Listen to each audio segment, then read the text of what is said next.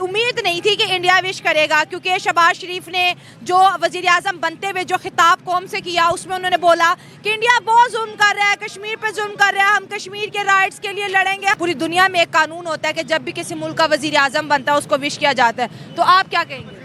मैं ये कहना चाहता हूँ कि अगर नरेंद्र मोदी साहब ने वज़ीर आज़म शहबाज शरीफ साहब को अगर विश किया है, हाँ जी, तो उनके साथ फिर अच्छी ख्वाहिशात का भी इजहार करें। फिर जी, पाकिस्तान दहशतगर्दी को कैसे ख़त्म करेगा जब दूसरे मुल्क ही नहीं एक साथ चलेंगे? आपको नहीं लग रहा है कि कहीं ना कहीं दोनों मुल्क अंदर से ये चाहते हैं कि हम एक दूसरे के साथ दोस्ती कर लें, बातचीत कर लें?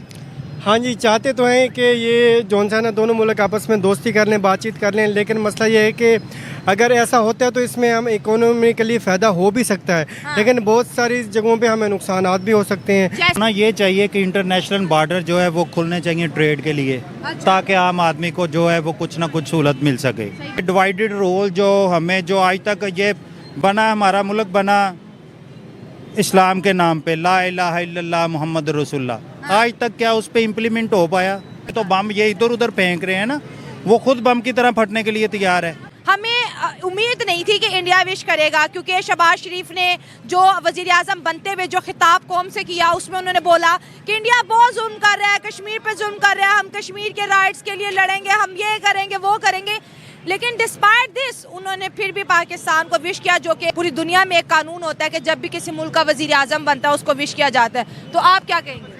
मैं ये कहना चाहता हूँ कि अगर नरेंद्र मोदी साहब ने वज़ीर आज़म शहबाज शरीफ साहब को अगर विश किया है, हाँ जी, तो उनके साथ फिर अच्छी ख्वाहिशात का भी इजहार करें। फिर ये मसला जो कश्मीर है, जो आप कह रही हैं कि ये स्टार्ट से इसका एक मसला जो जानी माली नुकसान, हर तरह का नुकसान होता जा रहा है, तो ये मोदी साहब को भी यही चाहिए कि अगर वो शहबाज शरीफ साहब के साथ नेक तवक्कुआत रखना चाहते हैं तो फिर इस मसले को हल करें।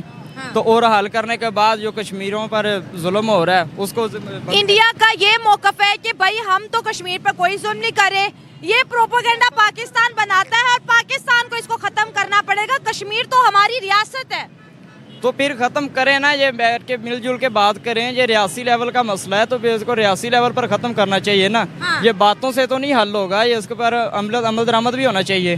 किस मोटिव की वजह से वो उन्होंने इस पर कब्जा किया हुआ है, बंदा ये तो पूछिए उनसे। आईटी के लिहाज से इंडिया तो बहुत आगे है। हाँ। और वो बहुत तरक्की कर रहा है आईटी के लिहाज से, उनके काफ़ी उनकी टेक्नोलॉजी में वो काफ़ी आगे हैं, लेकिन हमें उनकी इस टेक्नोलॉजी से कोई फ़ायदा नहीं है, क्योंकि जब वो मुसलमान कश्मीरियों पर जो इतना जुल्म कर रहे हैं, हम उनकी भाई कोई जुल्म नहीं करते हैं, कोई जुल्म नहीं कर रहे, तो फिर ये क्या हमें गलत दिखाया जाता है? जो भी जुल्म करते तो G20 उन्होंने किया। जी, पाकिस्तान दहशतगर्दी को कैसे ख़त्म करेगा जब दूसरे मुल्क ही नहीं एक साथ चलेंगे? वो अपने बंदे भेजते हैं कि जाके ये मसला करें, ये मसला करें। कभी इंडिया वाले आ रहे हैं, कभी कोई मुल्क वाले आ रहे हैं, कभी कोई मुल्क वाले आ रहे हैं। ये अंदर इनके मैल है जो इनको एक दूसरे के साथ मुखलिस होने नहीं देती है। इंडिया में लोग अच्छे भी हैं, ये नहीं होता, ये पांचों उंगलियां एक जैसी नहीं होती। अरे सारे नहीं है, जो उनमें बुरे हैं ना वो अच्छों को भी बुरा बना के पेश करते हैं। शहबाज शरीफ ने इंडिया को इतना बुरा भला बोला, लेकिन फिर भी उन्होंने पाकिस्तान को मुबारकबाद दी है। अगर वो हमारे साथ मुखलिस होना चाहते हैं तो हमें भी चाहिए कि हम उनके साथ अच्छा ताल्लुकात बनाएं। सही बात है। और उनके साथ मिलजुल के चले, मिलजुल के चलेंगे तो तरक्की मुल्क उनका भी करेगा, हमारा भी करेगा। हम अपने जज्बात को कंट्रोल करेंगे तो मुल्क की हालात ऑटोमेटिक बेहतर होंगे। आपको नहीं लग रहा है कि कहीं ना कहीं दोनों मुल्क अंदर से ये चाहते हैं कि हम एक दूसरे के साथ दोस्ती कर लें, बातचीत कर लें?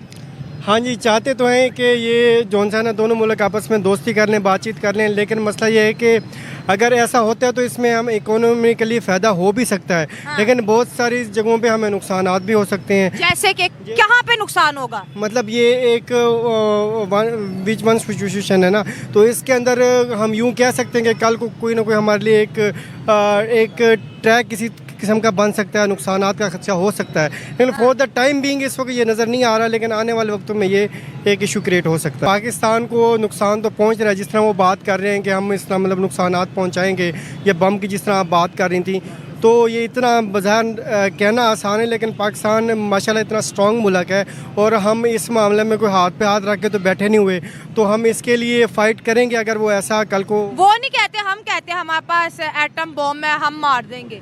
ऐसा हम कहते हैं। हाँ। नहीं, मुझे नहीं लगता कि हम शेख रशीद ने भी कितनी दफा कहा है। तो बस ऐसे ही बातें करते रहते हैं, उनको वैसे ये बात नहीं करनी चाहिए। ना ये चाहिए कि इंटरनेशनल बॉर्डर जो है वो खुलने चाहिए ट्रेड के लिए, ताकि आम आदमी को जो है वो कुछ ना कुछ सहूलत मिल सके। सही बात है, हाँ। बाकी ये जो रही बात जंगों की, ये जंगें जब एटमी बम उनके पास भी है, हमारे पास भी एटमी बम बन चुका है, तो अब एटमी जंग लगने की तो वो बिल्कुल बेवकूफ़ों वाली बात है। शरीफ ने इंडिया को इतना बुरा बोला कश्मीर के नाम पर, लेकिन उसके बाद भी उन्होंने जी इंडिया ने पाकिस्तान को मुबारकबाद दी है। वो एक खुशाइन बात है कि उन्हें देनी चाहिए थी, वो भी अगर हमने भी तो उन्हें जब यहाँ पे वो आए हैं बुलाया था इन्होंने, तो इसी तरह होता है। कश्मीर को उसको नहीं भूल जाना चाहिए, बीच में ये ना हो कि ये अपना काम करते करते कश्मीर को उसको भूल जाएं। पाकिस्तानी हो या फिर उस तरफ से कुछ इंडियंस भी हो, हमेशा एक दूसरे के खिलाफ जहर उगलते क्यों नजर आते हैं? ये कम शऊर की बात है। इसी तरह ये डिवाइडेड रोल जो हमें जो आज तक ये बना, हमारा मुल्क बना इस्लाम के नाम पे, ला इलाहा इल्लल्लाह मुहम्मद रसूलुल्लाह, आज तक क्या उस पर इम्प्लीमेंट हो पाया? तो ज़रा आप ज़रा खुद से हिस्ट्री ज़रा चेक करें ना, क्यों नहीं आज तक हमारे वज़ीर आज़म को टाइम किसी को भी पूरा क्यों नहीं करने दिया गया? वो इतना सतह गुर्बत से नीचे जा चुका है कि वो उसकी तो उस पे तो अब ये है कि वो चाहता है कि मैं भी बम की तरह फट जाऊं। ये तो बम ये इधर उधर फेंक रहे हैं ना, वो खुद बम की तरह फटने के लिए तैयार है। आम आदमी फटने के लिए तैयार है। तैयार है, इतना वो तंग आ चुका है। इतना तंग आ चुका है। अगर